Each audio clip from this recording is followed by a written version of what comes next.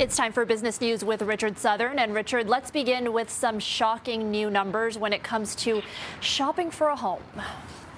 Yeah, tough new numbers if you're in the market for a home, Erica, because you better be making a lot of scratch these days in order to afford one. I mean, we already knew that, right? But they've crunched the numbers now again to look at kind of the average amount of money a household needs to earn in order to afford the average house in Toronto with the average mortgage. What is that?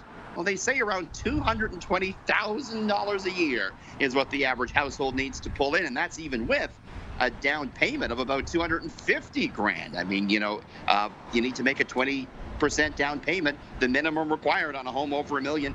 The average house, of course, in Toronto now going for in excess of $1.25 million. Of course, most people don't make $200,000 a year. The average income in Toronto, household-wise, around $90,000. But interest rates of 1 or 2% have allowed a lot of people to get into this market. The Canada Mortgage and Housing Corporation defines housing as affordable when it's less than 30% of a person's pre-tax income. Now, though, the typical homeowner in Toronto needs to spend about 69% of their pre-tax income in order to own a home. Erica, it's no surprise this is one of the big issues on the provincial election campaign, housing, and how are we going to afford it, right? Yeah. Okay, creating more supply could help drive housing costs down, and one interesting idea is being floated right here in Toronto, Richard.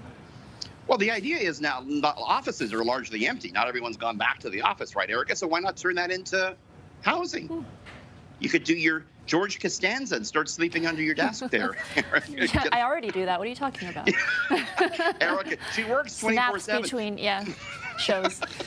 She does. But for the rest of us, this could be an actual solution to the housing crisis. Some in the housing industry are suggesting turning some of those vacant offices into residential homes. To make that happen, though, the municipalities, the city of Toronto and the other cities in Ontario would need to change the zoning laws. So there's kind of maybe a push or a suggestion on that perhaps the powers could change those laws and turn a lot of those empty offices into much needed residential housing.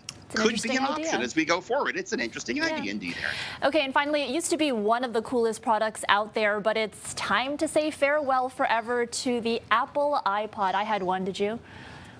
Yeah, it was like the coolest thing in high school when they came out with the iPod, but now not so cool anymore because everyone has the songs on their phone, right? Right. There were some people, though, that still love it, and they're going to have to eventually do without it because Apple announced today that it's finally going to end production of what was once its best-selling product, the iPod. They were still making the iPod Touch, which was basically like an iPhone without the phone component. It first introduced that in 2007, but it says as soon as the supply runs out, they're not going to make any more. You could still get one of these for about $199. When the first iPod launched in 2001, Erica, it could store 1,000 tracks. Of course, now you can access more than 90 million from Apple's streaming service. It's amazing how fast technology moves, isn't it? I remember those commercials well, too. Such a throwback for me. Okay, thanks, Richard. That's business editor Richard Southern. Thanks, Erica.